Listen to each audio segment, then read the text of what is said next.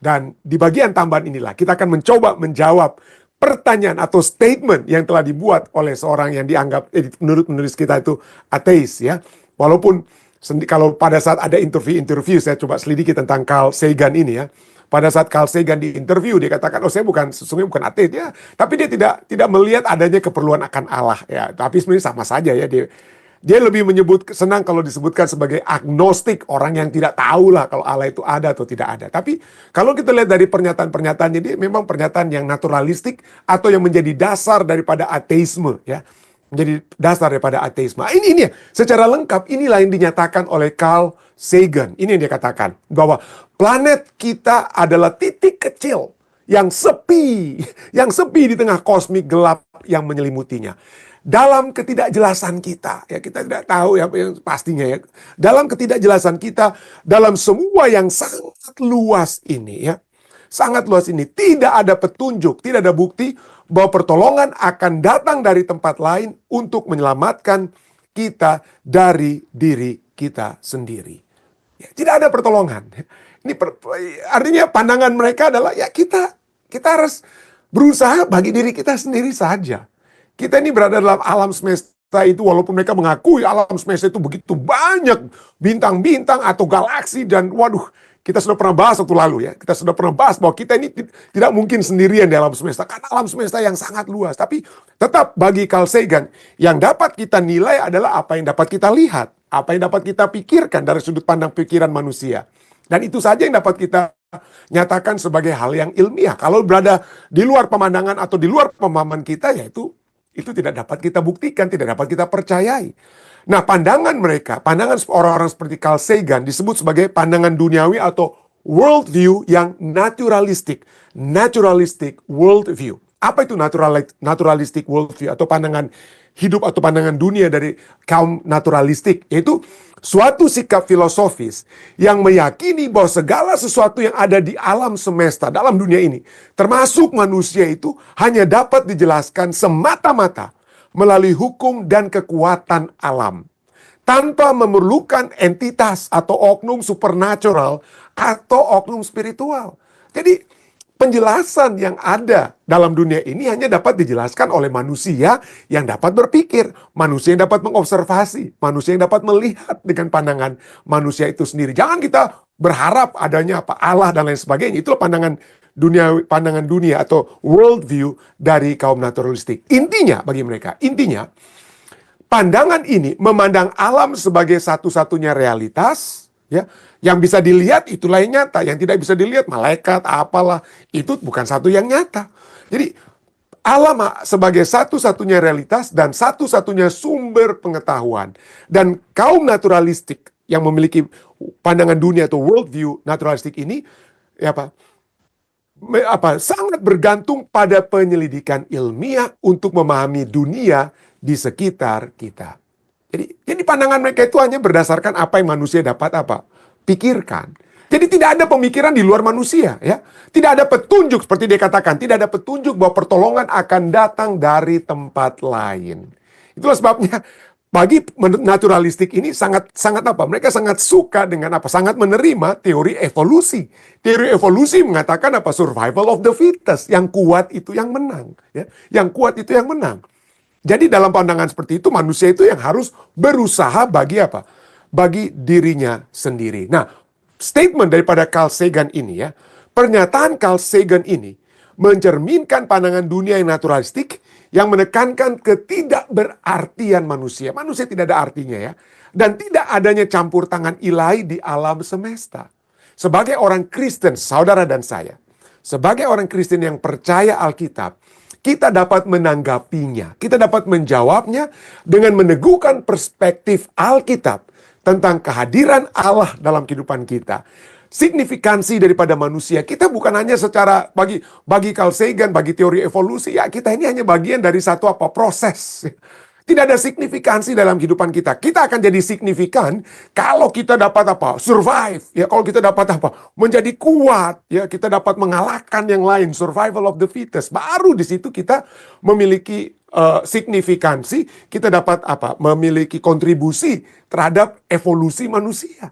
Tapi kalau kita orang-orang yang kalah, yang tidak ada apa-apanya, maka ya kita tidak ada arti dalam kehidupan ini.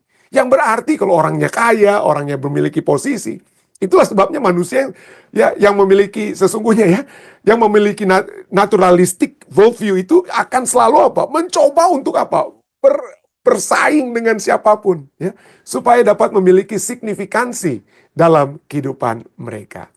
Ya, jadi bagi mereka itu tidak ada itu dia. Tapi bagi kita, Alkitab itu meneguhkan kehadiran Tuhan. Signifikansi manusia itu ada. Signifikansi manusia itu ada. Dan ada campur tangan ilahi. Ada campur tangan ilahi. Nah, kalau kita lihat signifikansi manusia. Ya, pada hari Sabat, setelah tutup Sabat, saya jadi pembicara di acara Perwakrin. Ya, Persekutuan Warga Kristen Indonesia yang ada di Amerika di bagian East Coast. Saya jadi pembicara. Dan mereka minta saya untuk bahas tentang marilah kita ke Bethlehem ya. Ini bicara tentang apa? Para gembala ya. Kenapa para gembala yang akan apa? Kenapa para gembala yang diminta untuk pertama-tama melihat, yang pertama melihat kelahiran Yesus itu bukan Raja Herodes, bukan imam-imam di Yerusalem, tapi gembala-gembala ya. Gembala-gembala di padang yang berada di luar kota Bethlehem.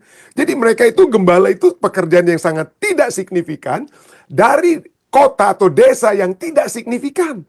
Yang menjadi pusat dunia saat itulah istilahnya. Pusat orang Yahudi itu Yerusalem, bukan Bethlehem.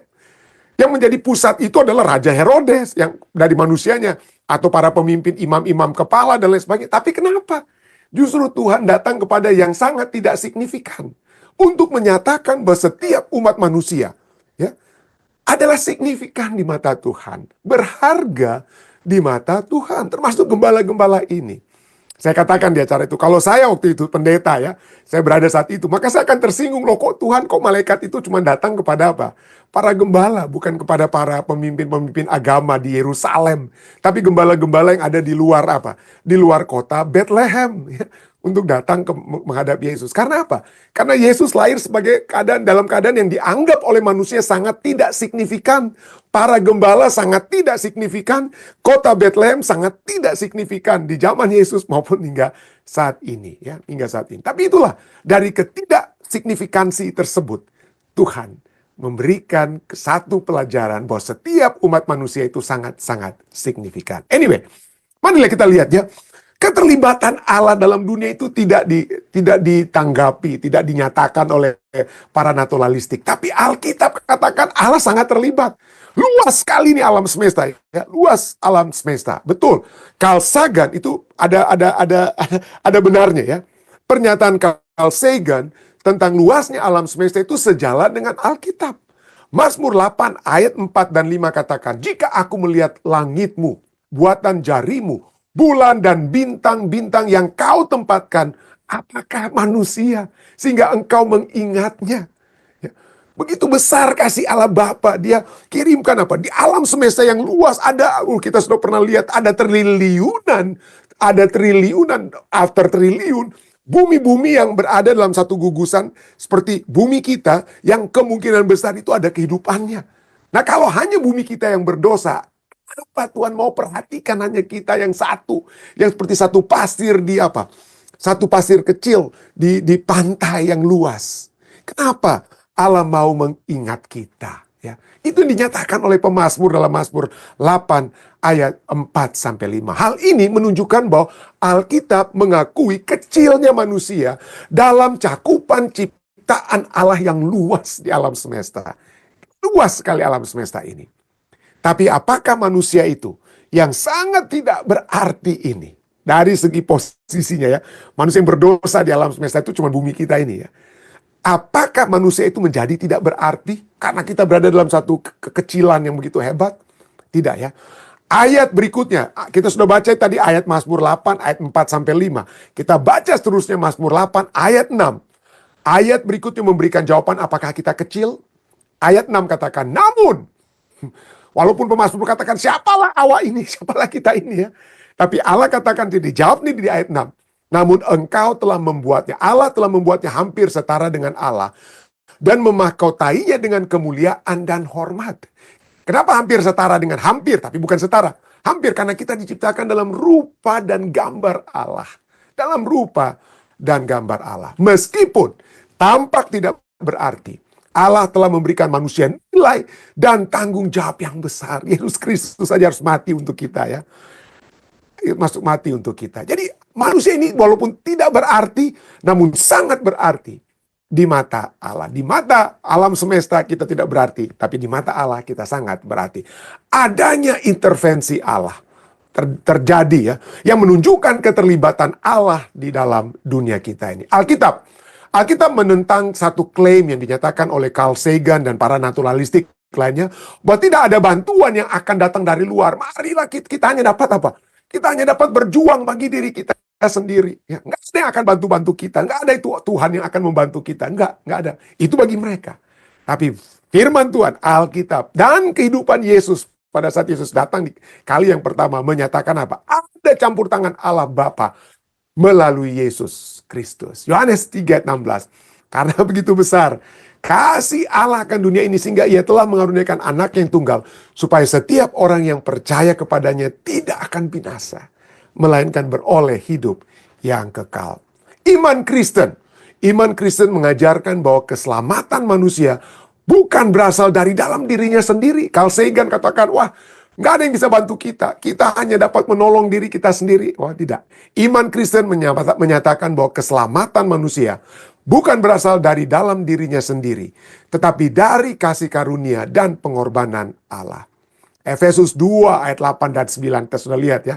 Sebab karena kasih karunia kamu diselamatkan oleh iman. Itu bukan hasil usahamu, tetapi pemberian Allah. Itu bukan hasil pekerjaanmu. Jangan ada orang yang memegahkan diri. Jangan ada orang pikir, wah saya sudah dapat menyelamatkan diri saya sendiri. Tidak bisa. Semua itu kasih karunia. Semua kasih karunia Allah. Poin ketiga, adanya keterlibatan Allah bukan hanya dari luasnya alam semesta, tapi manusia mendapatkan apa? Tempat yang tinggi di hati Allah ya, mendapatkan apa? Tetap penghargaan di hati Allah. Dan yang kedua, adanya intervensi ilahi atau intervensi Allah. Dan poin yang ketiga adalah kehadiran dan kemudian kepedulian Allah. Kita lihat itu dalam apa ya?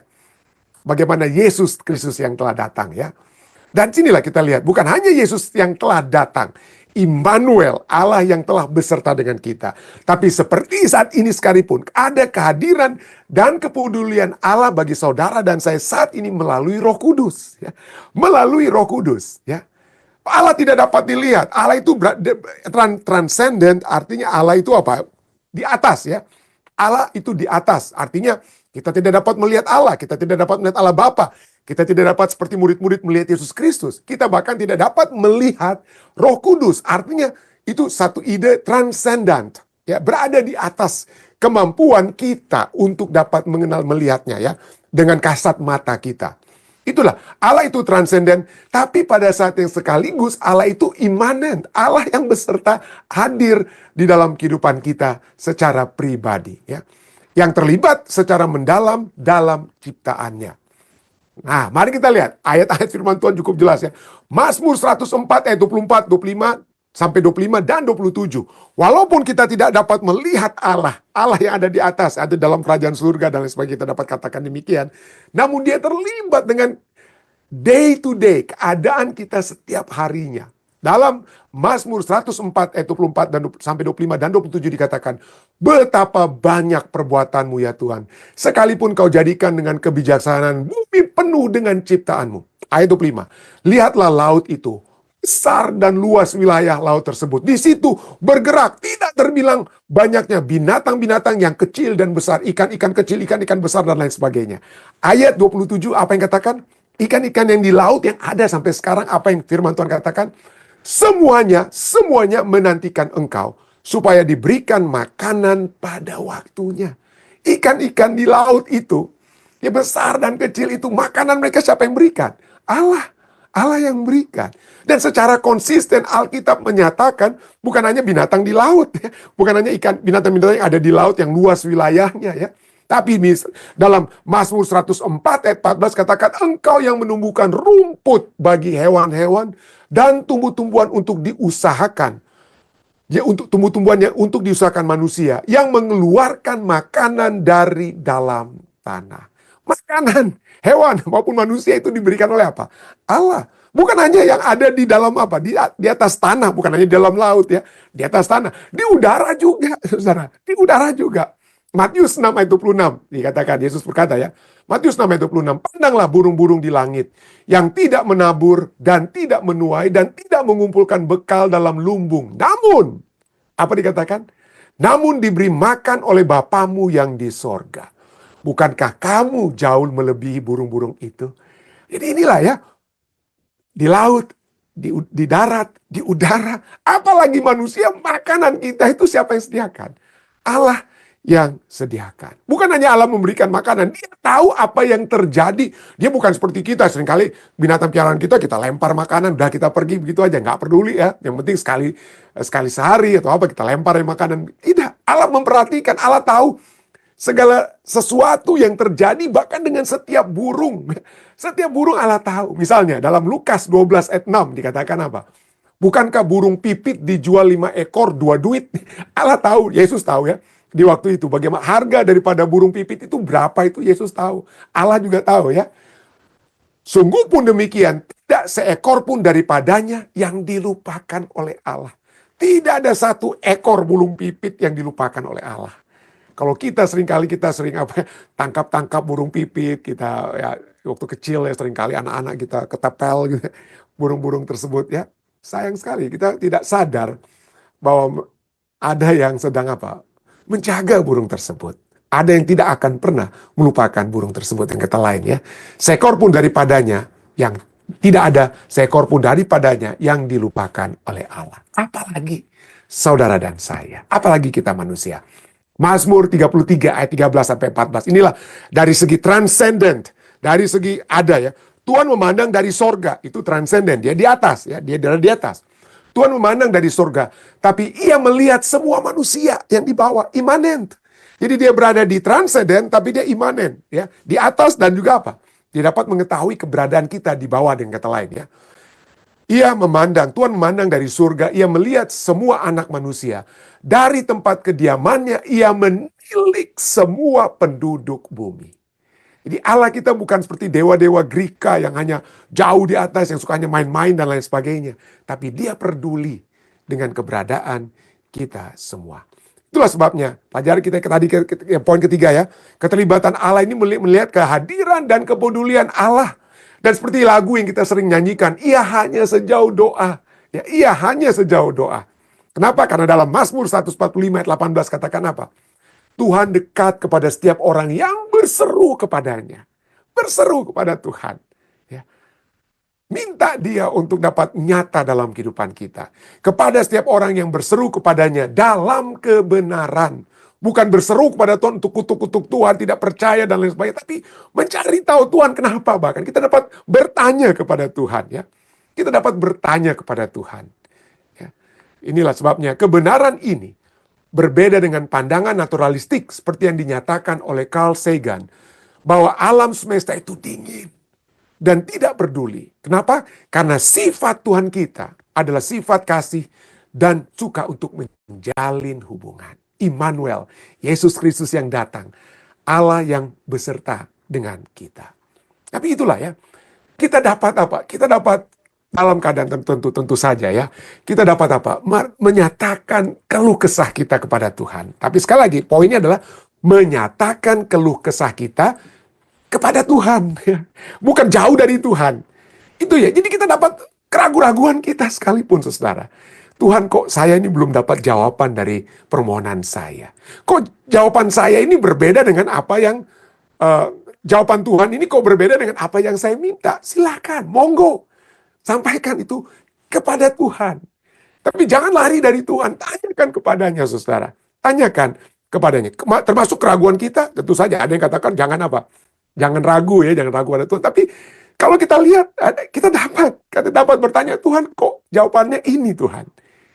Kenapa kita dapat hal tersebut? Nah, saya baru tadi baca satu artikel ya. Di sini benar sekali dari Adventist Review. Pertanyaan apa? Artikel ini memiliki judul, Anda bisa Google dan Anda bisa baca artikelnya ya.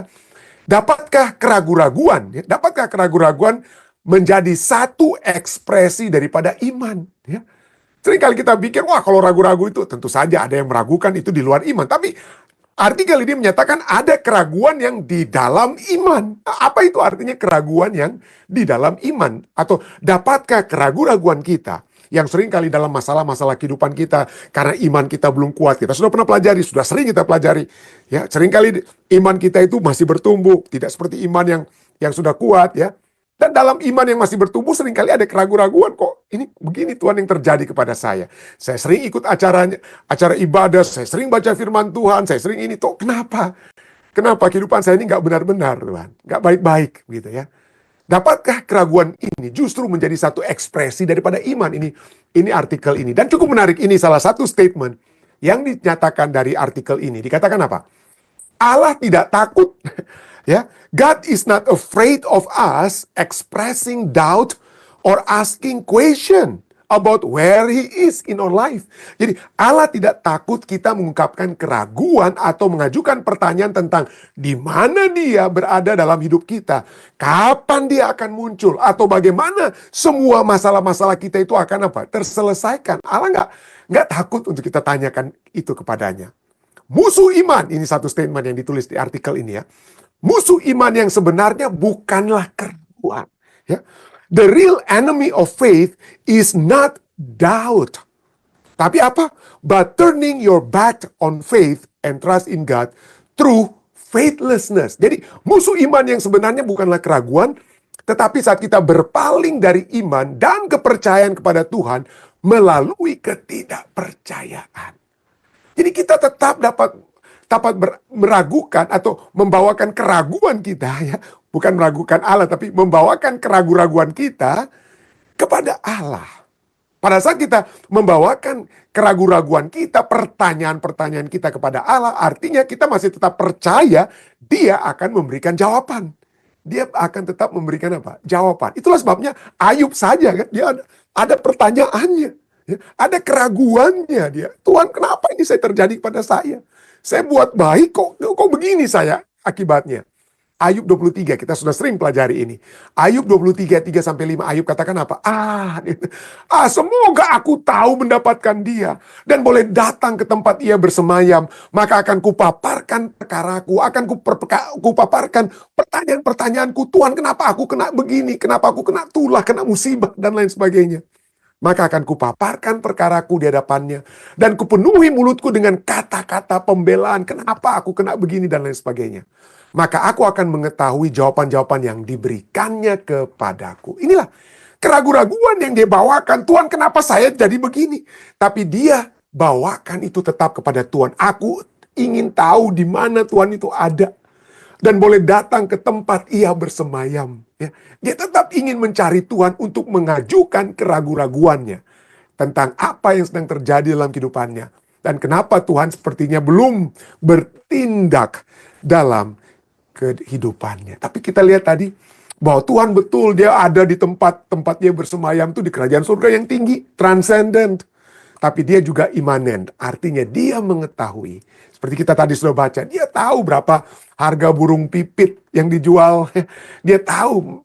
Kalau Anda lihat juga jawaban kepada Ayub, ya Ayub juga ditanya pada saat Tuhan menjawab Ayub, Tuhan bilang, Ayub, kamu pikir aku nggak tahu? Aku tahu kambing beranak aja dalam kesakitan, aku tahu kambing itu dalam kesakitan dan lain sebagainya. Jadi Tuhan di tempat bersemayam yang tinggi, tapi Dia dapat berada di dalam hati umat-umat yang sedang menangisi keadaan mereka.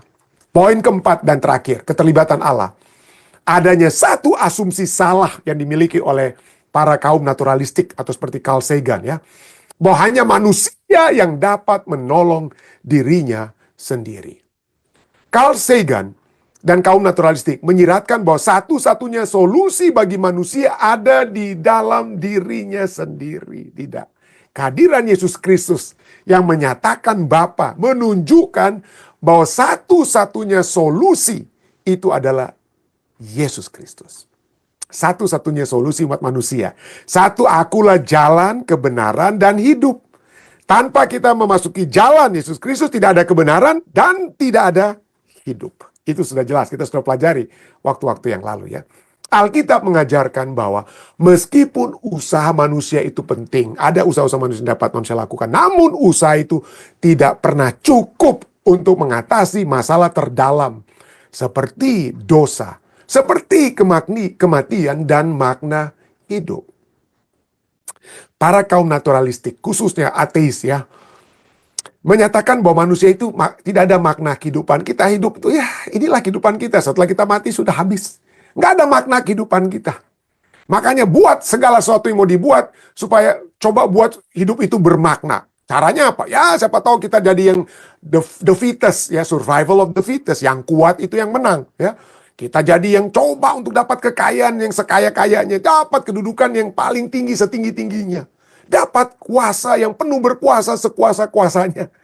Tapi begitu banyak orang kaya, begitu banyak orang yang berkuasa, begitu banyak orang yang memiliki kedudukan tinggi, tidak pernah puas. Never enough. Biar Anda sudah jadi orang kaya di dunia, sudah jadi presiden Amerika sekalipun, tetap saja tidak bisa selalu merasa puas. Never enough. Kenapa? Kenapa selalu manusia itu kalau sudah punya jadi orang kaya seperti apa ya? Seperti Elon Musk sekalipun, tapi hidupnya tetap saja dia merasa ada yang selalu kurang dalam hidupnya.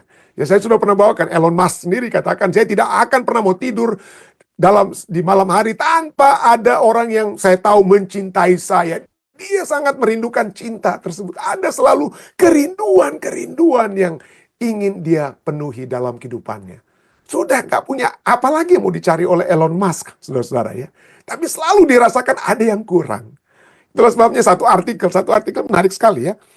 Satu artikel ini menyatakan bahwa kerinduan yang tak kunjung reda, adanya kalau sudah kaya dapat $1 juta, maunya $2 juta. Sudah jadi ketua uni, maunya jadi ketua divisi, dari ketua divisi, maunya jadi ketua GC, dan semua itu ya. Manusia memiliki kerinduan yang tidak kunjung reda. Yang menurut artikel ini katakan restless longing is core to being human. Jadi kerinduan yang tak kunjung reda merupakan inti daripada keberadaan manusia. Manusia selalu berasa ada yang kurang. Itulah sebabnya satu-satunya yang menjadi kepuasan ya. Satu-satunya akan memenuhi kepuasan kita itu terus terang hanya Yesus, saudara. Di dalam Yesus itu kita ada kepenuhan ya. Yang kurang-kurang itu jadi lengkap. Tanpa Yesus manusia akan selalu merindukan sesuatu. Itulah sebabnya saya selalu bisa melihat, kok ada orang bapak tua yang miskin, ya dengan kata lain dari sudut pandang manusia, rumah hanya seperti digubuk, tapi hidup dengan cukup. Ya, dia merasa puas dengan kehidupannya. Saya pikir akan puas kalau hidup rumahnya punya rumah beton dan lain sebagainya, tinggal di Amerika dan lain sebagainya.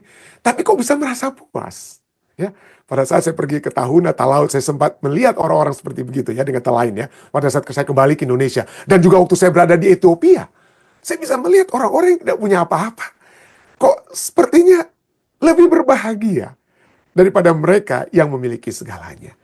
Mungkin karena mereka memiliki Yesus. Karena mereka memiliki Yesus. Ya, manusia tidak dapat menolong dirinya sendiri. Itu sudah dinyatakan oleh Alkitab. Tidak akan pernah merasa puas. Yeremia 10:23 katakan, aku tahu ya Tuhan, bahwa manusia tidak berkuasa untuk menentukan jalannya. Apa yang dia mau, dia nggak akan bisa. Dan orang yang berjalan tidak berkuasa untuk menetapkan langkahnya, menetapkan kemauannya, atau apapun. Tidak bisa. Tidak bisa. Jika dibiarkan pada dirinya sendiri, manusia akan gagal. Dan itulah mengapa bantuan dari Allah sangat penting. Itulah sebabnya Allah mengirimkan anaknya yang tunggal. Supaya barang siapa yang percaya tidak akan binasa, melainkan beroleh hidup yang kekal. Hidup kekal itu bukan nantinya saja. Kita sudah pelajari waktu lalu. Kehidupan kekal itu sudah dapat kita miliki saat ini, saat kita menerima Yesus. Apa arti kehidupan kekal? Bagi kita saat ini, saat kita dalam kehidupan sekarang memiliki kehidupan yang bermakna. Ya, kehidupan yang bermakna. Kehidupan dalam keadaan apapun, baik senang maupun susah, kita pada saat Yesus ada, kita puas. Dan itulah tujuan keterlibatan Allah. Itulah tujuan keterlibatan Allah. Kepuasan kita bukan kalau kita kaya, kalau kita punya kedudukan, kita tidak punya masalah dan lain sebagainya. Kepuasan kita di dalam kemiskinan sekalipun, dalam tidak ada punya posisi, ya, dalam masalah sekalipun, tapi kita tetap memiliki damai bersama dengan Kristus. Ada makna dalam kehidupan kita. Dalam kemiskinan, ya, kita dapat menjadi contoh seperti gembala-gembala di padang gurun, karena merekalah maka banyak orang mengetahui ada Yesus Kristus yang sudah lahir, karena mereka mengabarkan apa yang mereka lihat pada saat setelah mereka berkunjung kepada Yesus. Jadi Tuhan menggunakan orang-orang yang insignifikan sekalipun untuk tetap dapat memiliki makna. Kenapa? Karena mereka berjalan bersama-sama dengan Tuhan. Kalau kita mempelajari Mazmur 23, kita sudah sering pelajari waktu lalu, dan mari kita kembali refresh sedikit ya. Mazmur 23, bagaimana perjalanan manusia yang berada di padang berumput hijau. Allah yang menuntun mereka ke padang berumput hijau, memberikan air minum di sungai yang tenang ya. Allah tuntun. Dia akan menuntun hanya di tempat-tempat yang baik. Tapi seringkali kalau kita baca ayat 4 dan 5, manusia seringkali, sekalipun aku berada di lembah kekelaman, seringkali manusia yang masuk sendiri, bukan dituntun oleh Allah, tidak. Mazmur 23 ayat 45 menyatakan bukan Allah yang menuntun manusia itu ke lembah kekelaman, tapi sekalipun aku yang memilih untuk berjalan di lembah kekelaman, tetapi Tuhan tetap dapat menjadi beserta dengan kita. Dalam keberadaan kita seringkali kita terjerumus, tapi kita tetap minta Tuhan dapat apa? Beserta dengan kita. Tapi coba kita lihat, apa yang akan menjadi ujung-ujung manusia yang selalu ingin Tuhan menyertai mereka, yang selalu minta pertolongan Tuhan. Manusia yang selalu disertai Allah akan berada di rumah Bapa. Coba lihat, ada 3 tempat yang disebutkan dalam Mazmur 23. Tempat yang pertama adalah padang berumput hijau. Tempat yang ideal yang Allah mau kita berada di dalam dunia ini. Tempat yang Allah ingin tuntun, tempat yang diberkati. Tapi seringkali kita di tempat yang kedua, kita maunya pergi. Lembah kekelaman, kita yang masuk sendiri. Pilihan-pilihan kita masuk ke lembah kekelaman. Tapi kalaupun dalam lembah kekelaman, dalam keraguan-raguan kita, tetap kita kembali kepada Allah, bertanya kepada Allah, menyatakan keraguan kita kepada Allah. Ya. Kita tidak memiliki iman sekuat kita berada di padang berumput hijau. Di tengah padang, di tengah lembah kekelaman, tapi kita tetap berada dalam iman pada Tuhan. Di mana kita akan berada ujung-ujungnya. Akhir Mazmur 23 menyatakan bahwa kita akan berada di rumah Bapa. Ya. Di rumah Bapa. Nah, kita lihat di sini. Mungkin saudara dan saya mungkin saat ini masih berada di padang berumput hijau. Tapi ada mungkin di antara kita yang sedang bertanya, Tuhan di mana Engkau? Kenapa masalah saya belum selesai? Itulah sebabnya kita tetap dapat tanyakan hal itu kepada Allah. Mazmur 23 ayat 4 katakan, sekalipun aku berjalan, aku yang sedang berjalan, bukan Allah yang menuntun aku ya. Sekalipun aku berjalan dalam lembah kekelaman, aku tidak takut bahaya, sebab Allah besertaku. Kalau Allah yang menuntun kita di padang berumput hijau, Allah yang beserta kita di lembah kekelaman, Allah itu akan selalu bersama-sama dengan kita, dan kita mau Dia bersama-sama dengan kita. Maka ayatnya yang ke-6 katakan apa? Kebajikan, Mazmur 23:6, kebajikan dan kemurahan belaka akan mengikuti aku seumur hidupku. Dan aku akan diam dalam rumah Tuhan, dari padang, kemudian beralih ke lembah kekelaman. Dan pada akhirnya di mana kita akan berada? Di dalam rumah Tuhan. Kapan? Sepanjang masa. Saya berdoa, kiranya inilah tujuan kita ya. Inilah goal kita. Ya, seperti Yesus Kristus ya. Dia berada bersama-sama dengan Bapa di padang berumput hijau. Tapi pada saat dia berinkarnasi, dengan kata lain ya, dia berada di lembah kekelaman karena dia ditempatkan dalam dunia ini. Tetapi di mana dia tahu dia akan berada? Dia akan berada di rumah Bapa. Itulah sebabnya Yesus selalu katakan, aku tahu dari mana aku berasal dan kemana aku pergi. Ya, aku tahu aku berasal dari Bapa dan aku akan pergi kembali kepada Bapa. Yesus tahu, itulah sebabnya di dalam lembah kekelaman, dia dapat memiliki kekuatan. Saya berdoa, jika Anda saat ini berada dalam lembah kekelaman, ketahuilah, kita harus tahu bahwa kita telah bersama-sama dengan Allah. Tapi kita juga akan kembali untuk sepanjang masa bersama-sama dengan Dia. Itu sudah dijanjikan, sudah dipastikan, dan biarlah kepastian ini ya, dapat menjadi kekuatan buat kita semua. Saya banyak dalam nama Yesus.